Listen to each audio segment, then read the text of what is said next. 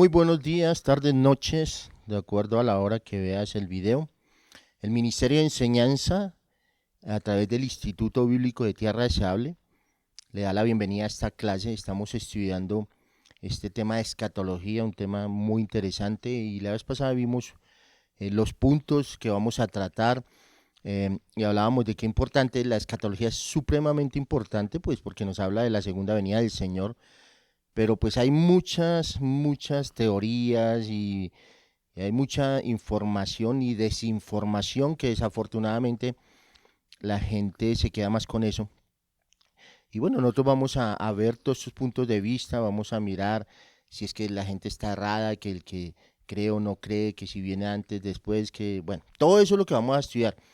Y el punto que vamos a ver hoy tiene que ver con el arrebatamiento de la iglesia. ¿Qué significa? De esto se ha hablado mucho, hay mucha información también, pero vamos a verlo a la luz de las escrituras, qué es lo que nos dice, y para poderlo entender, pues vamos a estudiar varios temas que nos van a ayudar a entender mucho mejor lo que va a suceder. Vamos a iniciar con una oración. Padre, te damos gracias por el Ministerio de Enseñanza y su Instituto Bíblico Tierra Deseable, por los pastores, los líderes y cada uno de los colaboradores que hacen parte de este ministerio.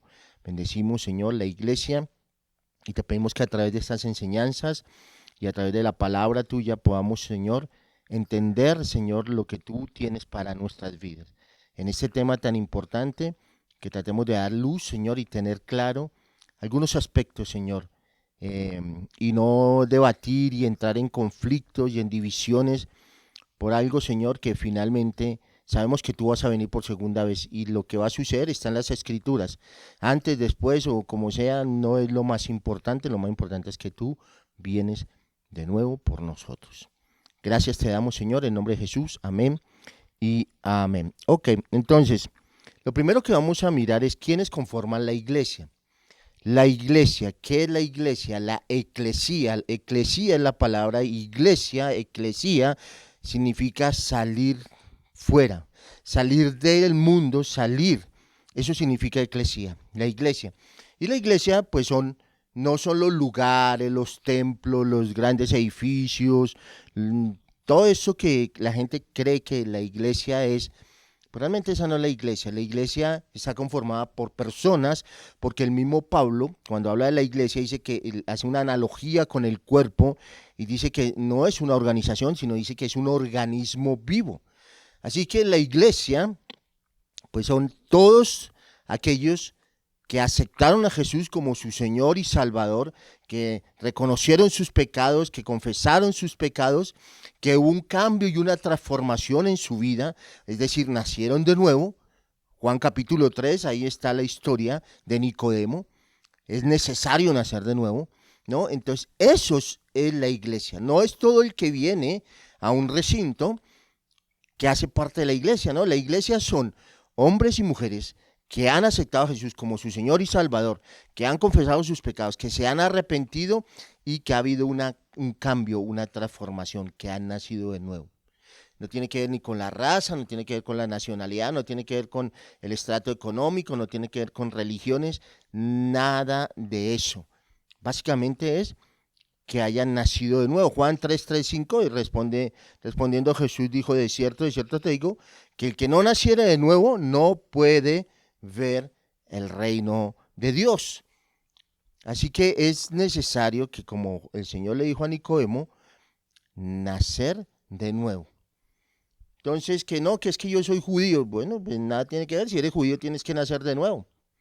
Es que yo soy de tal religión. Bueno, si eres de religión tienes que nacer de nuevo, conocer a Jesús, arrepentirte de tus pecados, y de esa manera es que vamos a ser parte de la iglesia. Eh, Jesús nos da algo bien interesante y nos da promesas, y esta es una de las promesas que Él nos da.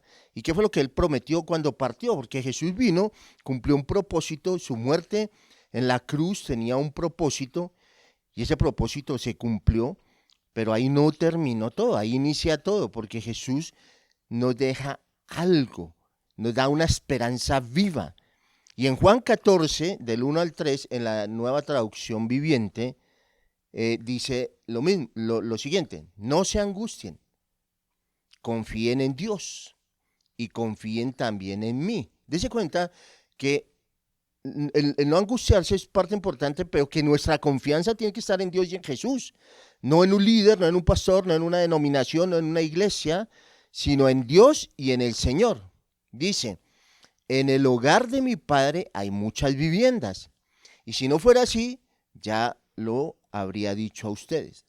Voy a preparar lugar, voy a preparar lugar. ¿Va a preparar lugar para quién? Pues para la iglesia, para nosotros. Y si me voy y si lo preparo, vendré para llevármelos conmigo, así ustedes estarán donde yo esté. Claro, la idea del Señor es que aquellos que hemos sido redimidos por su sangre, estemos, una vez partimos, porque partir es parte del proceso de la vida, la muerte es parte del proceso y lo vamos a ver más adelante. Entonces es clave. Y acá hay unas palabras bien importantes que quiero que las estudiemos. Lo primero que dice es voy, que es moverse de un lugar hacia otro, apartándose de la persona. Eso es voy. Me voy a mover, voy a hacer algo. Eso significa en su muerte. ¿Mm? Lo segundo dice vendré, o sea, regresaré. Esa es la promesa. Es que vendré, regresar, llegar de nuevo hacia la persona. O sea, los estamos esperando. Llevármelos es conducir a alguien de un lugar hacia otro. Entonces, partiremos con él. Y estarán es permanecer en un lugar determinado. O sea, nunca más nos separaremos de él. O sea, nuestro destino es el cielo. Y es allí donde vamos a estar. Y es ahí donde veremos la gloria de Dios. Y es el lugar que Dios dice que voy, que va a prepararlos y que a donde Él esté, nosotros también estaremos con Él. Así que Jesús nos pide: no se angustien, confíen plenamente en mí, en Él, en Jesús y en Dios. Él nos prometió morada celestial. ¿Y qué pasa? Pues la vamos a tener porque Dios cumple sus promesas. La vamos a tener, debemos anhelar con todo el corazón, anhelar ese anhelar, ese desear estar con Él, entendiendo que llegará el momento en que tenemos que partir y Dios, solamente Dios lo sabe. Entonces, cuando me levanto digo: gracias Dios por este día. Es uno menos para tu regreso. Está más cerca tu venida, Señor. Gracias porque sabemos que tú regresarás pronto. Así el Señor nos debe encontrar haciendo lo que debemos hacer. Debemos cumplir con lo que debemos hacer. Entonces Jesús prometió venir y va a venir, va a vivir. Tenemos que confiar, tenemos que creer en Él. Entonces, ¿qué tenemos que hacer? ¿No? Tenemos que estar preparados para partir sin dejar de hacer lo que Dios nos mandó. ¿Y qué fue lo que Dios nos mandó a hacer? Primero, predicar su palabra, hacer discípulos, ¿no? Segundo, realizar otras actividades como el estudio, trabajo, servir en la iglesia y todo lo que Dios nos inquieta a hacer.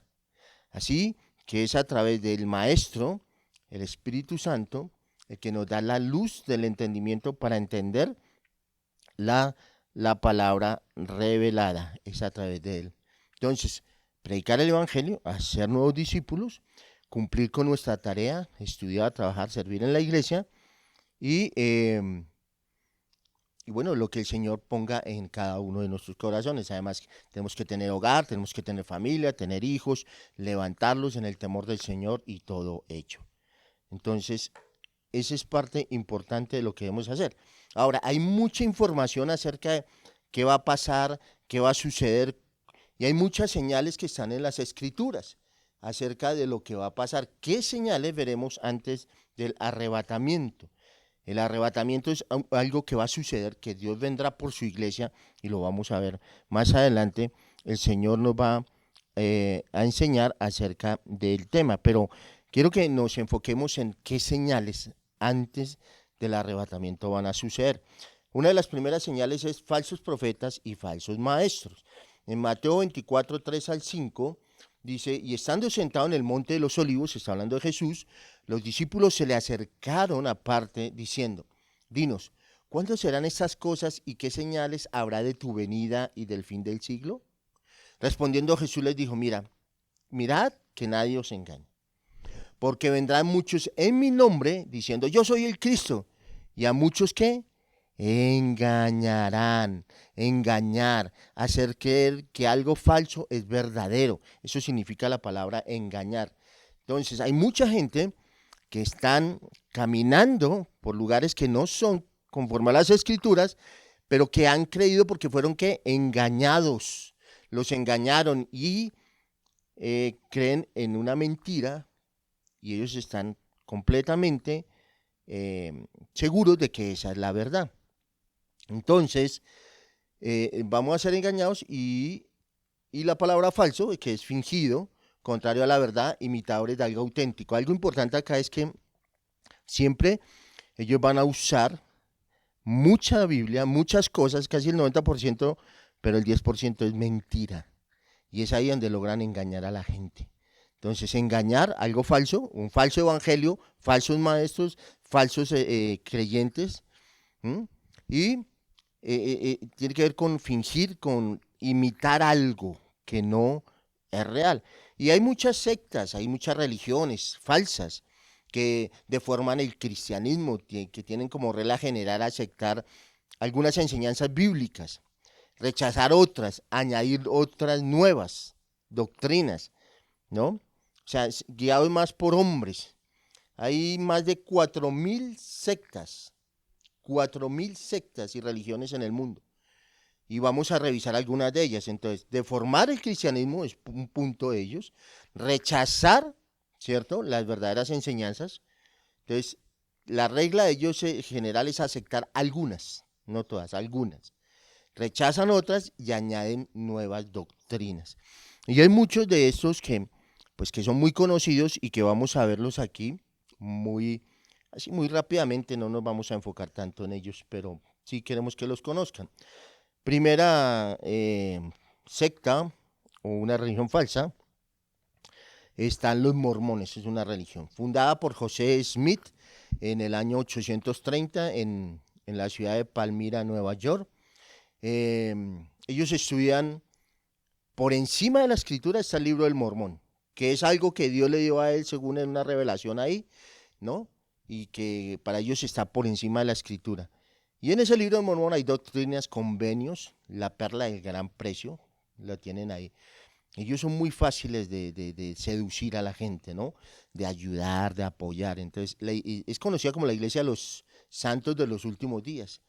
Dice que tiene entre 11 y 13 millones de seguidores en todo el mundo. Es muchísima gente. ¿Qué decía Smith? Que su revelación vino de parte del ángel Moroni. O sea, este man estaba loco, pues. Él dice que él vino el ángel Moroni, que le reveló en idioma japonés. El Moroni significa puerta al infierno, pero que Dios le reveló algo nuevo. Y ese algo nuevo, pues, es lo que ellos le llaman el libro del Mormón. En unas tablillas de oro que nadie vio. Según él, le reveló, pues nadie las vio. La máxima autoridad es el presidente de la iglesia, entonces ahí tienen un presidente que lo que es como el papa, lo que él diga es voz de Dios, ¿no? Y ellos dicen que la salvación y la gracia solo se obtiene aprovechando las oportunidades que Dios brinda. Nadie da nada gratis. Para ellos Jesucristo y Satanás son hermanos. Bueno, imagínense, miren nomás por ese lado, ¿no? Y dicen que no existe un lugar de condenación. Entonces, la tradición cuenta que Smith era adolescente, dice que estaba orando en la selva y tuvo una visión con Dios supuestamente y con Jesucristo. Y que ellos le dijeron que el cristianismo se había corrompido y que no debía unirse a ninguna iglesia porque su doctrina estaba equivocada. 3 años después, según él, lo visita un ángel llamado Moroni, que es el que estamos hablando ahí, ¿no? Que en japonés significa la puerta al infierno. Y le revela, según él en esas tablillas y todo esto, la información. Los seguidores de Smith llegaron a la conclusión que gracias a él, y no a Jesús ni a Dios, sino a Él, y a la restauración del Evangelio hay salvación. O sea que el que no crea en ellos no tiene salvación. La máxima autoridad viene de los apóstoles y profetas mormones, vivientes especialmente del presidente. El presidente es quien determina quiénes son. Él es el que dice quiénes son y quiénes deben estar ahí. Creen que Dios fue hombre, que vivió en otro planeta, que allí pasó por un proceso de preparación en el Evangelio, y cuando murió y resucitó lo consideraron digno de organizar este planeta y le permitieron venir con sus esposas para engendrar hijos espirituales. Eso, o sea, hay que tener mucha fe para creer en esta enseñanza, ¿no? En la vida espiritual premortal de allí, Jesús y Lucifer fueron engendrados por Dios y una de sus esposas, y por eso ellos son hermanos. Creen que el cielo está dividido en niveles. Entonces hablan de un nivel mayor, solo llegan los hombres dignos que se convertirán en un Dios y gobernarán su propio planeta. Póngale pues cuidado. Tendrán muchas esposas y muchos hijos espirituales por toda la eternidad. Está el nivel inferior, solo llegan los asesinos, violadores, mentirosos, ladrones y todos los que no son mormones. Dicen que es tan hermoso que si lo pudieran ver, muchos se suicidarían para estar allí. Y está otro nivel, y es la oscuridad exterior, reservado para el diablo, sus demonios y para algunos mormones apóstatas. ¿Cómo está el tema ahí, no? Ellos creen que la salvación y la gracia se obtienen aprovechando pues oportunidades, o sea, es por obras. De hecho, pues hacen muchas obras, ¿no? Eso lo hacen para que Dios se sienta orgulloso de ellos. Ellos no creen que las cosas sean por gracia, o sea, no, tiene que hacer algo, tiene que hacer algo para su salvación, ¿no? Por eso usted los ve trabajando y luchando a diario para poder llegar a la gente, ¿verdad? Para poder llegar a la perfección como Dios. Y así que cuando el día que mueran, llegará a un nivel mayor en el cielo. Tienen una frase que dice, es por la gracia por lo que nos salvamos, después de hacer cuanto podamos. Imagínense. Es por la gracia que nos salvamos, ¿no? Es una contradicción. Es por la gracia que nos salvamos después de hacer cuanto podamos. O sea, están más confundidos y hay que tener mucho cuidado con eso. ¿Qué dice la Biblia? Efesios 2, 8, 9. Este es otro. No he llegado ya. Efesios 2, 8, 9. Porque por gracia sois salvos por medio de la fe, y esto no de vosotros, pues es don de Dios, no por obras, para que nadie se gloríe. O sea que la misma Biblia le tumba su doctrina y su enseñanza falsa. Gálatas 1:8 dice, mas si aún nosotros o un ángel del cielo os anunciar otro evangelio del que habéis recibido, sea que anatema, sea maldito. Entonces, tratar de llevar esta clase de vida es muy difícil, es una carga pesada, nunca es suficiente. Siempre va a hacer falta. Siempre estaban, corra, aquí, allá.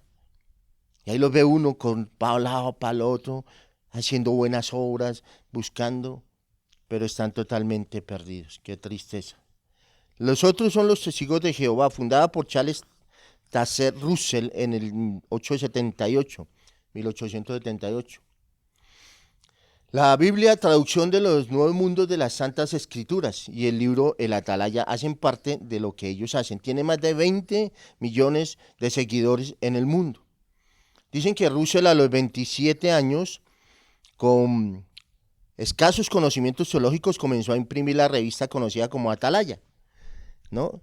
Y esa publicación impone todas las doctrinas principales de los Testigos de Jehová.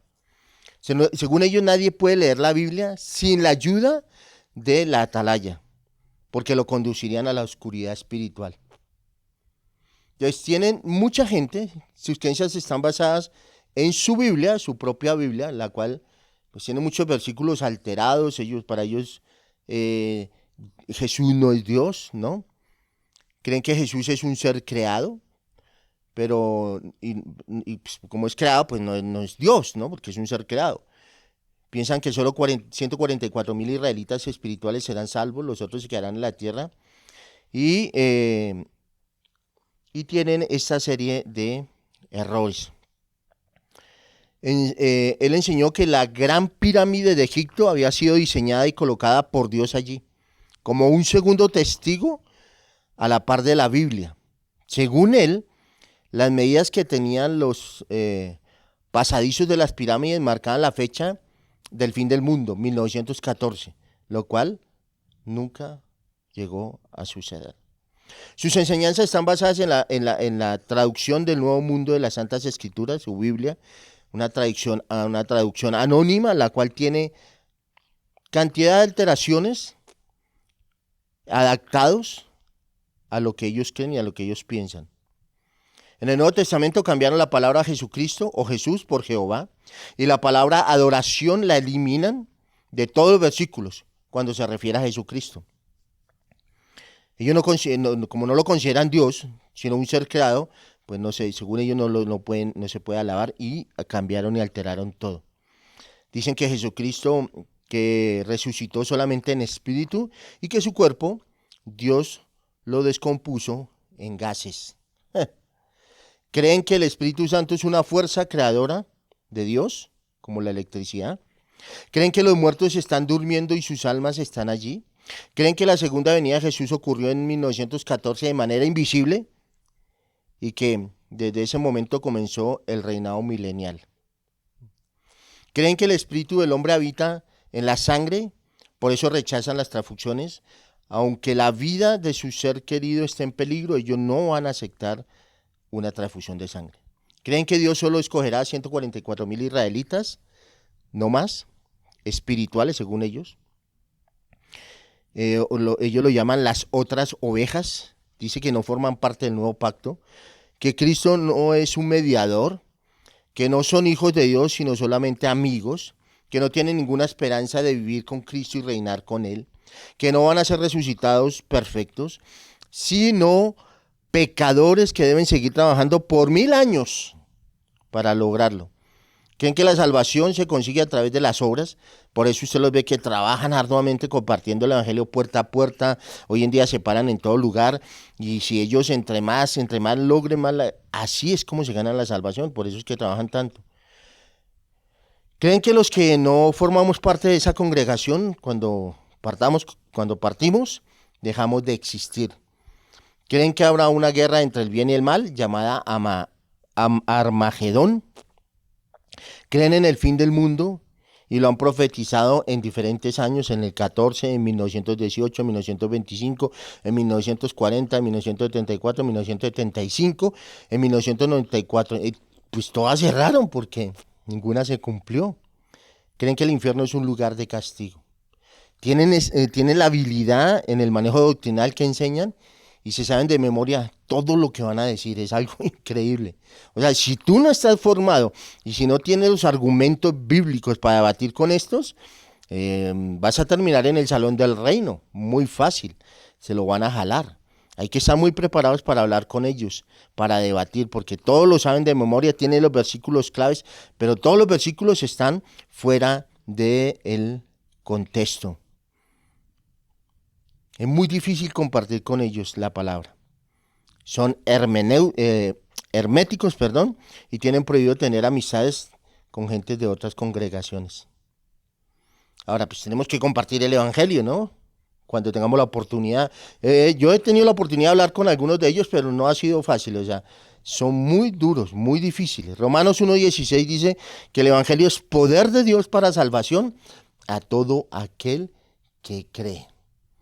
Ahí está otro, los adventistas del séptimo día o los sabáticos. Ese fue fundado por William Miller en 1844 en Beckler, Michigan. Después de él vino Ellen White, que fue la sucesora. El conflicto de los siglos, profetas, reyes, el deseo de las edades y principios fundamentales hacen parte de lo que ellos creen. William Miller fue el fundador del movimiento de la venida del Señor Jesucristo a la tierra, no de la iglesia adventista, sino de ese movimiento. Eso fue en Battle Creek, Michigan, en el 844. Tienen 18 millones de seguidores. Miller, después de hacer un estudio de Daniel 8:14 y Daniel 9:24, llegó a la conclusión de que Jesús regresaría a la tierra el 21 de marzo de 1843. Pero no ocurrió. Y como no ocurrió, entonces Miller dijo, no, fue que me equivoqué. Corrijo la fecha, el 22 de octubre de 1844. Después de esa situación, la congregación se dividió y un grupo de feligreses decidieron reunirse en las casas y continuar con el estudio de la Biblia. En una oportunidad, una joven llamada Helen, con un estado de salud muy débil, participó en una de esas reuniones y tuvo una alucinación que los asistentes consideraron como profecía. A partir de ese momento, ella formó parte del grupo principal y cuando murió Miller, ocupó su lugar. Hay una película de esta mujer, de esta señora. En mayo de 1866, después de muchas discusiones, el grupo decide llamar a esta congregación Iglesia de los Adventistas del Séptimo Día, porque el énfasis de la profecía es el advenimiento o regreso de Cristo a la tierra y el guardar la ley de Moisés de una manera legalista como el sábado. Los escritos de la señora Smith, el conflicto de los siglos, profetas y reyes, el deseo de las edades, principios fundamentales, tienen como mayor autoridad que la Biblia y contienen la base de la doctrina de la iglesia. Como todos los otros, lo que ellos digan, son los papas, son los que mandan, son los que deciden, y ellos están por encima de las escrituras. Algo que ellos manejan, la doctrina del santuario celestial o la expiación incompleta. Dicen que Jesús entró al santuario celestial en 1844 y desde ese momento hasta la fecha se encuentra cumpliendo la obra expiatoria. Porque el sacrificio de la cruz no alcanzó, no fue completo. Está pendiente quitar los pecados del santuario y que la sangre de Cristo libra al pecador solo de la condenación de la ley. Bueno, la Biblia nos enseña que cuando Cristo resucitó de entre los muertos, no tuvo que esperar hasta 1844 para entrar al santuario celestial, porque su sacrificio nos redimió y quitó de en medio del pecado y tenemos entrada directamente al Señor a través del sacrificio. Se rasgó el velo. Hebreos 9, 24 al 26, Reina Valera dice, porque no entró Cristo en el santuario hecho a mano, figura del verdadero, sino en el cielo mismo para presentarse ahora por nosotros ante Dios. Y no para ofrecer muchas veces, como entra el sumo sacerdote en el lugar santísimo cada año con sangre ajena. De otra manera, le hubiera sido necesario padecer muchas veces desde el principio del mundo, pero ahora, en la consumación de los siglos, se presentó una vez para siempre por el sacrificio de sí mismo para quitar de en medio el pecado. La palabra es clara. Y sabemos que si confesamos nuestros pecados, Jesús es fiel y justo para perdonarnos y limpiarnos de toda maldad. Eso está en 1 Juan 1:9. Enseñar el sueño del alma es algo que ellos hacen. Dicen que los que murieron creyendo en el Señor duermen y su alma está en un estado de silencio, inactiva, inconsciencia total. ¿Hasta cuándo? Hasta el día de la resurrección en el juicio final. Y el alma de los pecadores es aniquilada, desaparece porque no creen que un Dios de amor y misericordia haya creado un lugar de condenación eterna. La Biblia nos enseña que el alma de una persona va al cielo o al infierno. Segunda de Corintios 5, 6, 8, Reina Valera. Así que vivamos confiados siempre, sabiendo que entre tanto que estemos en el cuerpo, estamos ausentes del Señor, pero confiamos y más quisiéramos estar ausentes del cuerpo y presentes al Señor. Ahí está la historia de Rico y Lázaro, Lucas capítulo 16, 19 al 31, ¿verdad?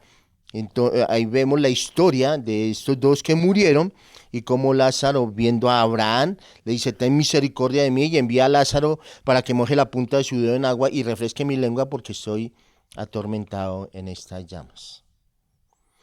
Todos estos textos bíblicos dejan sin piso las creencias de los adventistas. Y ahí no hay nada que hacer. Esta es otra belleza. Secta, creciendo en gracia. Fundado por el señor William Jesús Miranda, Luis de Jesús Miranda. en 1986, es muy joven, digámoslo así. Nuevo hombre, el rey Salem.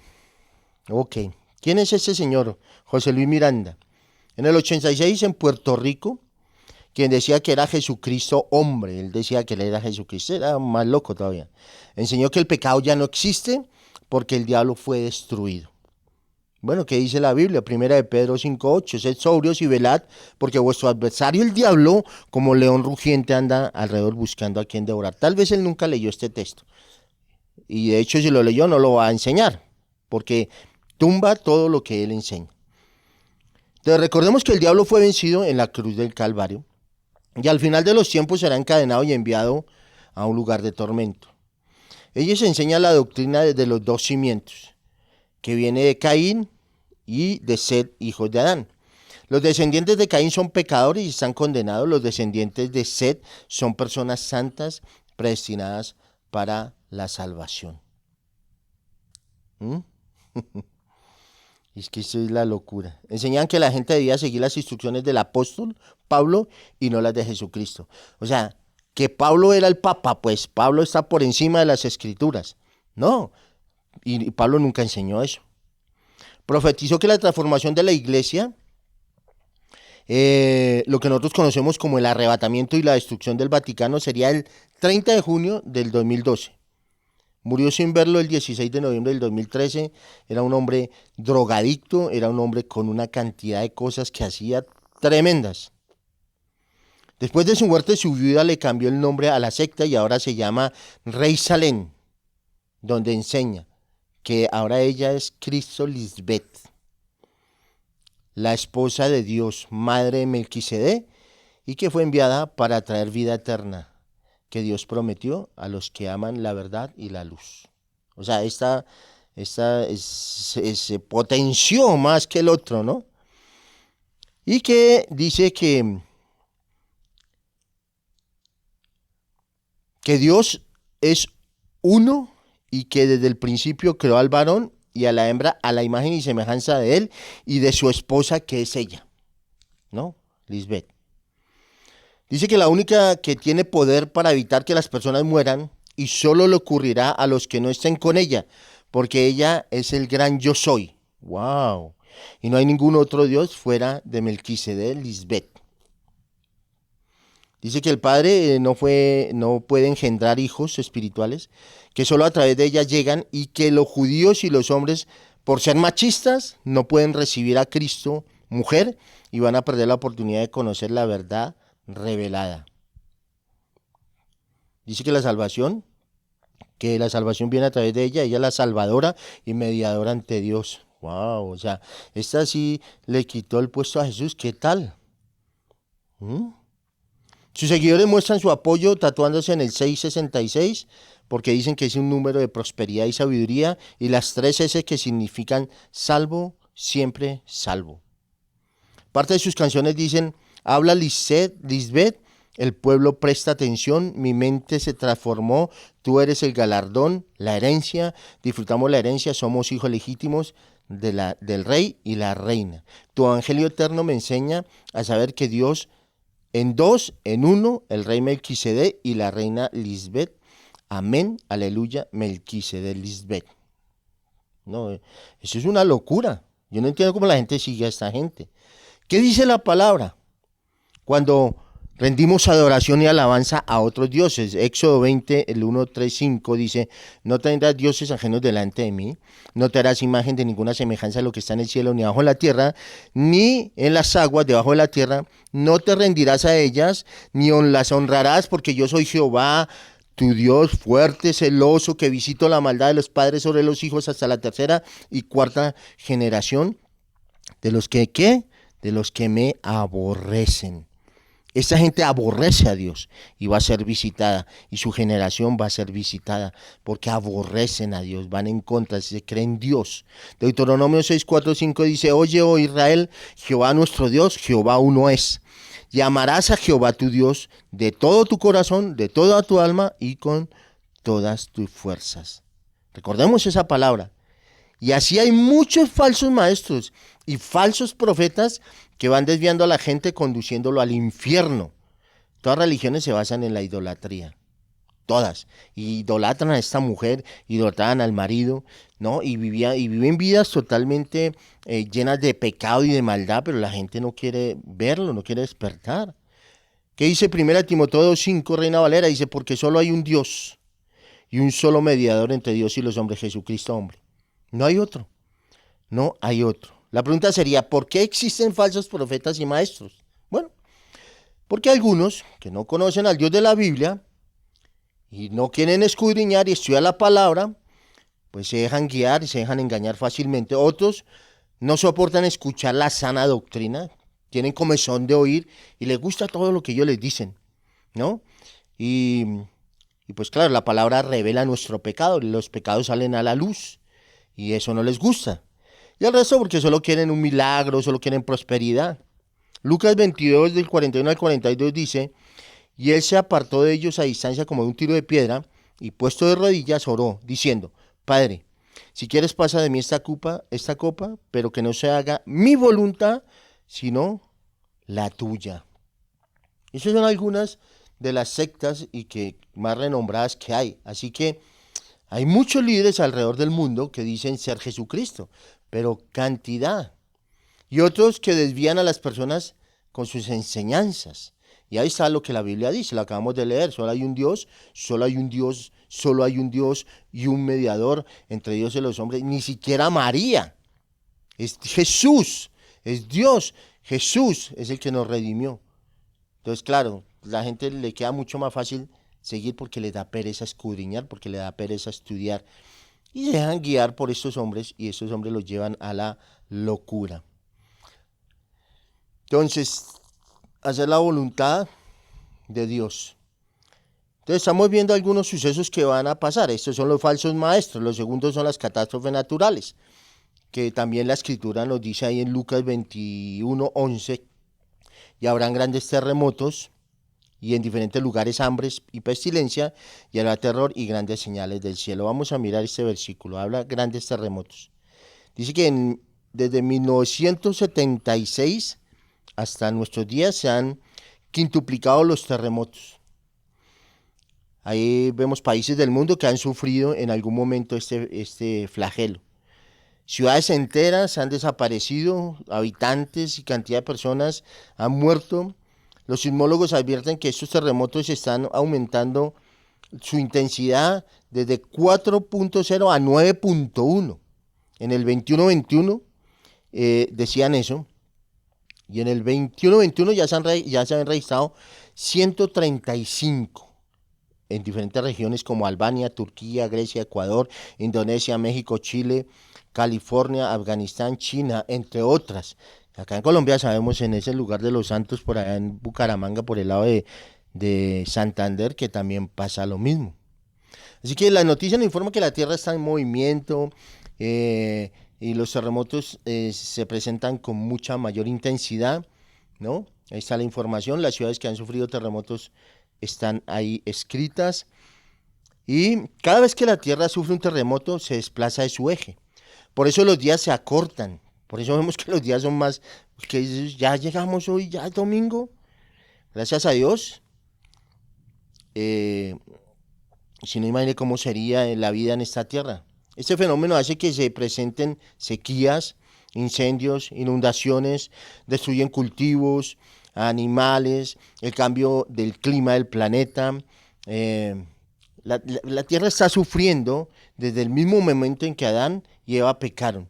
Desde ese mismo momento, la tierra también necesita su tiempo de redención, lo vimos la vez pasada. La palabra dice en Romanos 8,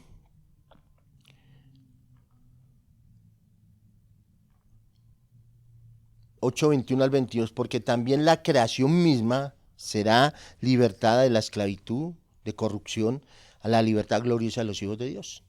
Porque sabemos que toda la creación gime a una y a una está con dolores de parto hasta ahora. Ahora pues hay muchas campañas hoy en día, que la protección del planeta, que los recursos naturales, y el hombre está mirando cómo hacer para cambiar el clima, cómo hacer para que eso no suceda, pero la mayoría de ellos no saben lo que nosotros sabemos. es necesario que todo esto suceda, dijo Jesús. Lo más paradójico es que esas personas que buscan proteger los animales, las plantas, el agua, son las mismas que promueven otras cosas, ideologías, el aborto, el asesinato de los niños inocentes. ¿Qué pensaría Dios de esta situación? Lo más hermoso es que cuando regrese Jesucristo a gobernar la tierra, será como en el paraíso. Será como en el paraíso. La gente hoy está, que el cambio climático, que vamos a... No saben porque no tienen el control. Nosotros no tenemos el control. El control lo tiene el Señor. El Señor es el que tiene el control. Él es el que tiene el control. Y estas son algunas de las cosas que sucederán. Y hasta aquí la clase. No olvide que contestar a las preguntas que se le hacen en el cuestionario. Eh, Escriban sus inquietudes, comentarios que tengan acerca de la clase, de la plataforma, lo que no van entendiendo. Ahora, vamos poco a poco, ¿no? Tal vez ahorita no hemos logrado entender muchas cosas, pero vamos yendo poco a poco. Así que vimos 2 puntos bien interesantes, ¿cierto? Y es importante que tengamos en cuenta que cosas como las que vemos, incendios, inundaciones, son cosas que Dios permite, porque Dios está en control de todo. O sea, a Dios no lo coge nada por sorpresa, no fue que, ay, no me di cuenta que iba a haber un incendio. No, el Señor sabe lo que está pasando y todo eso hace parte del pecado y de la maldad. Y el hombre, como siempre, queriendo resolver los problemas, pero el hombre no es Dios el que va a resolver los problemas. Y también la tierra será redimida como seremos nosotros redimidos y eso será algo glorioso y es algo en lo que yo creo porque es la que dice la palabra y yo confío y creo en su palabra. Así que hasta aquí la segunda clase, los animo, sigan estudiando, sigan escudriñando, sigan buscando más de la palabra, de las escrituras del Señor. No se dejen engañar por estos falsos maestros, no se dejen engañar porque aún en la misma iglesia hay engañadores. Estos pues son, ya uno los conoce y dice, no, pues ese está loco, ¿cómo va a decir que es Jesús, no? O la señora esta, no. Pero ojo, en la iglesia hay muchos engañadores. Pídele a Dios que te dé discernimiento para poder entender todo lo que te están enseñando y de esa manera poder proteger su vida, su integridad y la de otros. Es importante que tengamos discernimiento de espíritu. Padre, te damos gracias, Señor, por la palabra, por tu clase, por este tiempo maravilloso. Hemos aprendido cosas bien interesantes, Señor. Como estos hay muchos, Señor. Pero digamos, estos son los más nombrados, digamos, los más importantes. Pero hay una cantidad de gente por ahí loca, diciendo cosas absurdas. Y todo lo que va en contra de tu palabra, pues no es verdad, es mentira, Señor.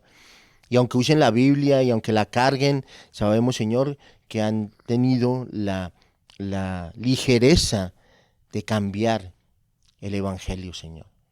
Y bueno, ellos serán juzgados por lo que están haciendo. Clamo, Señor, por los hermanos, por la iglesia, por los maestros, por los estudiantes, que se mantengan firmes y fieles en la palabra y que confíen, Señor, en que solo tú les puedes ayudar. En el nombre de Jesús te lo pido, Señor. Amén y amén. Dios les bendiga y Dios les guarde.